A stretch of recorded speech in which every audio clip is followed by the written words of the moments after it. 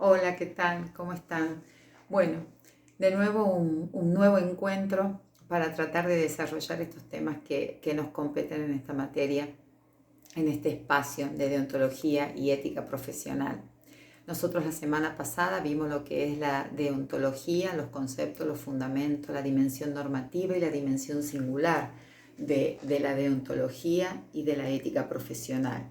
Entonces, en este punto quiero que nos detengamos. Si yo estoy hablando de deontología, estoy pensando y estoy haciendo referencia a que en ese concepto se condensan dos aristas fundamentales. Por un lado, una arista de índole normativo estrictamente y con ello lo que tiene que ver lo moral, y por otro lado, una dimensión singular que conlleva ese posicionamiento singular del profesional psicólogo que tiene que ver precisamente con lo ético.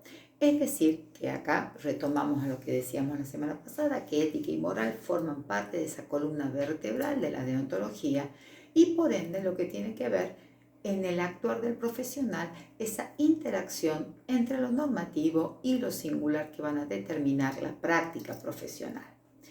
Nos vamos a detener hoy en lo que tiene que ver en este momento el enfoque normativo. ¿Sí? Cuando yo hablo del enfoque normativo de la deontología, me estoy refiriendo a lo que tiene que ver con los códigos deontológicos y con el marco legal vigente con el que nosotros contamos. Nosotros específicamente en esta materia vamos a ver lo que tiene que ver el código de la FEPRA, de la Federación de Psicólogos de la República Argentina, en su última modificación del año 2013, el Código de Ética de la provincia del Colegio de Psicólogos de Tucumán, la Ley de Ejercicio Profesional 7512, que va a marcar el actuar del profesional psicólogo en el ámbito de la provincia. Vamos a ver la Ley Nacional de Salud Mental, la Ley de Protección Integral de los Derechos de Niños, Niñas y Adolescentes. Y vamos a ver, lógicamente, en lo que se apoya todo esto en la Declaración Universal de los Derechos Humanos. Es decir, que todo este corpus, ¿sí?, que acabo de decir, todo este corpus normativo va a hacer referencia precisamente a aquello que va a tender a prescribir, ¿sí?, el actuar profesional, ¿sí? Nosotros hacíamos referencia a los códigos deontológicos hace un momento. Bien, ahora, ¿cómo podemos definir estos códigos deontológicos? Nosotros vamos a definir los códigos deontológicos como una guía, ¿sí? Como una orientación, una guía a partir de la cual se determinan y se especifican aquellas pautas específicas de actuar profesional, es decir, aquel conjunto de normas, ¿sí?, de leyes, de principios que van a regular la acción del profesional, ¿sí?, y van a orientar el cumplimiento efectivo del actuar profesional. Miren que acá nosotros estamos haciendo referencia, por un lado, a que va a referirse este código deontológico a marcar aquellas pautas esperables de acción profesional, aquellas pautas esperables vigentes, ¿sí?, del actuar profesional que van a ser producto de un consenso, ¿sí?, y que van a responder a una situación histórica, social determinada, a un momento histórico y social particular. Entonces, si nosotros hacemos un análisis retrospectivo de los códigos deontológicos de años o de versiones anteriores, vamos a ver que van a tener cambios en la actualidad, ¿sí? De pronto, a ver, nosotros comenzamos con un código deontológico de la provincia de Tucumán, del Colegio de Psicólogos de Tucumán, a partir del año 84, bien salida de la dictadura militar. Ese código deontológico tiene un sesgo muy particular que es completamente distinto a lo que es hoy el Código Deontológico del Colegio de Psicólogos de Tucumán, así como lo es el marco de la FEPRA. ¿Esto qué quiero decir?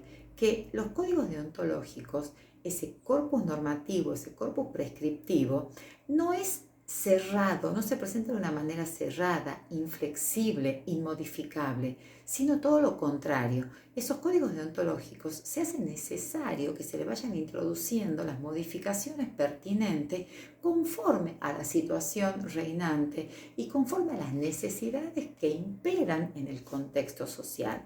Sin ir más lejos, yo acabo de salir de un foro con las cátedras de deontología del país, donde estamos en estos momentos precisamente revisando lo que tiene que ver con las terapias online, un poco lo que ustedes van a ver hoy, en esta semana, lo que ustedes van a ver en los trabajos prácticos, ¿sí? Cómo nosotros podemos pensar, si ustedes van a ver concretamente en los trabajos prácticos, cómo ustedes van a pensar la parte de la atención online en situación de pandemia. Entonces, esta situación de pandemia, por ejemplo, ha llevado a que la Federación de Psicólogos de la República Argentina se apresure, por decirlo de alguna manera, o se ponga a trabajar específicamente en poder producir las recomendaciones básicas necesarias para las buenas prácticas en terapias online. Es decir, seguramente esto va a ser incorporado en la nueva revisión que se está haciendo ya del código de la FEPRA. Es decir, que la letra del código no va a ser una letra cerrada, tiesa, inflexible, rígida, sino que más bien van a ir modificándose conforme a las necesidades sociales, ¿sí? Esto es importante, ¿por qué? Porque los códigos deontológicos van a ser la resultante de un pacto social, ¿sí? Hay un pacto social a partir del cual se establecen las pautas esperables, tanto para el profesional como para el paciente, ¿tá? Es decir, que un código deontológico va a marcar los deberes y derechos tanto del profesional como del consultante. En este punto, me detendría en pensar en este carácter protectivo que también tiene el código deontológico, porque muchas veces se puede pensar que los códigos o el marco legal tienen un carácter represivo, coercitivo, pero nosotros vamos a pensar que estos códigos deontológicos, más que tener un carácter coercitivo, represivo, tienen un carácter orientativo, ¿sí? Promocional, no represivo. Entonces, uno puede pensar acá en una cierta contradicción. ¿Cómo puede ser que un código deontológico implica o responde a determinadas pautas, a determinadas normas que guían el actuar del profesional, pero que a la vez no son obligatorias? Nosotros hablábamos la semana pasada precisamente de que las normas son obligatorias a prima facie, que ese marco legal, ¿sí?, va a ser obligatorio a prima facie, es decir, a menos que, ¿sí?, a menos que el actuar y la interpretación del psicólogo ante esa ley, ¿sí?, ante esa situación, hace que ante una determinada situación deba reverse, debe interpretarse esa ley del código y poder actuar en consecuencia. Nosotros hablábamos la semana pasada de que entre la letra del código, ¿sí?, entre la letra de lo normativo, de lo prescriptivo y la acción del profesional, no había una relación de obediencia debida, podríamos decir, de un acatamiento represivo o absoluto, sino que más bien había ahí un espacio de interacción, de interjuego entre el profesional y la letra del código. Entonces, ¿a dónde radica o a dónde se asienta la obligatoriedad de ese código? La obligatoriedad se asienta la obligatoriedad de su cumplimiento se asienta precisamente en lo que tiene que ver el carácter de compromiso, podríamos decir, que asume el profesional con su práctica, el profesional con ese contexto social, ¿sí?, y con el colectivo profesional al que pertenece. ¿Por qué? Porque el profesional, al incorporarse a un colegio de ejercicio profesional, asume, ¿sí?, de manera directa los compromisos emanados y consensuados por ese organismo. ¿Por qué? Porque el Estado delega el poder de contralor a los colegios de psicólogos de cada jurisdicción, de cada provincia.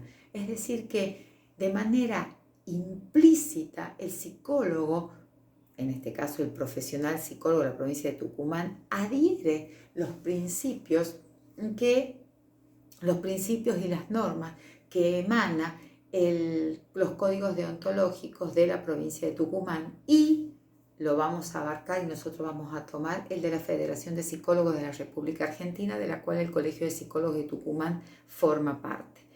Es decir, que los códigos deontológicos van a proporcionar un marco, un paraguas, ¿sí?, de aquellas conductas esperables, ¿sí?, para el recto actuado, para el recto ejercicio de la profesión.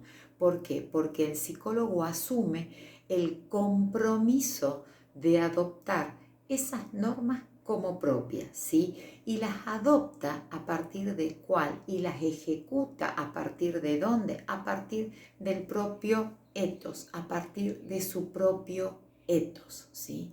Tarragós, que es uno de los autores que ustedes van a tener que ver para esta instancia, va a decir que el ethos del profesional va a ser ese conjunto de actitudes, de normas éticas, de las maneras de juzgar las conductas, las maneras de traducir las pautas, la propia interpretación que va a tener el profesional de la letra del código. Es decir, que va a exponer allí la singularidad del profesional, ¿sí?